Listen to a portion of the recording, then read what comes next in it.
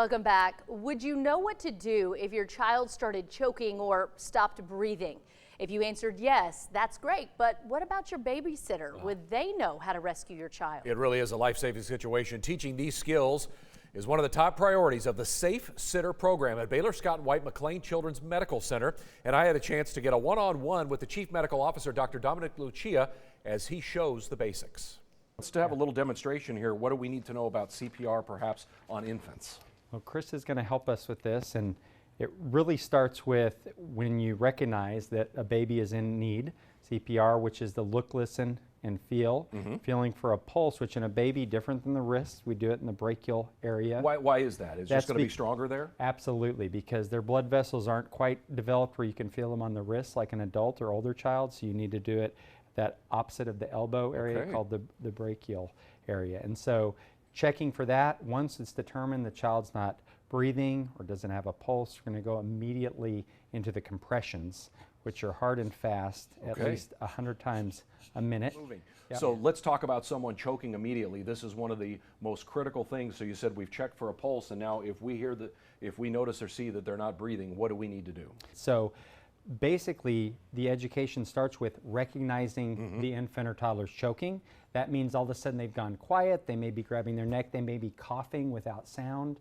Okay, we've recognized that. The first thing in an infant, we're going to do what's called back blows. Okay. So we're going to get the infant on their front, head down, and we're going to do 5 quick blows right between the shoulder blades with the palm of your hand. Okay, 5 in a row. She just did 5. Absolutely.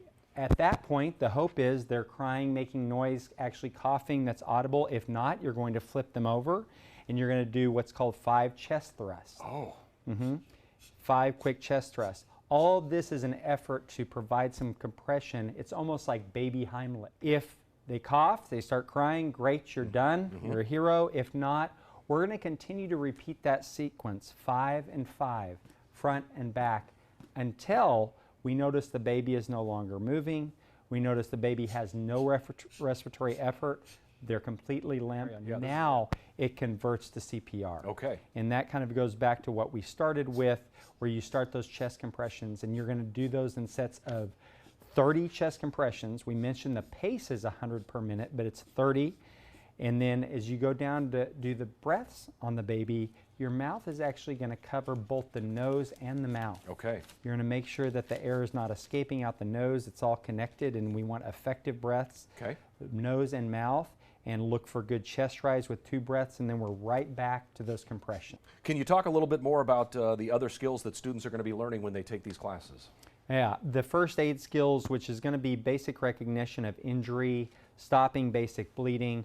All of this is in the background, of course, of calling for help, looking for help, and getting an adult EMS 911 there to help you at the same time. But it gives, more importantly, something to do to actually help in the meantime. So many times kids will tell us they just felt helpless, they didn't know what to do. But yes, call for help, of course, that's very important up front, but now gives you a toolkit to know what to do as you're waiting for that help.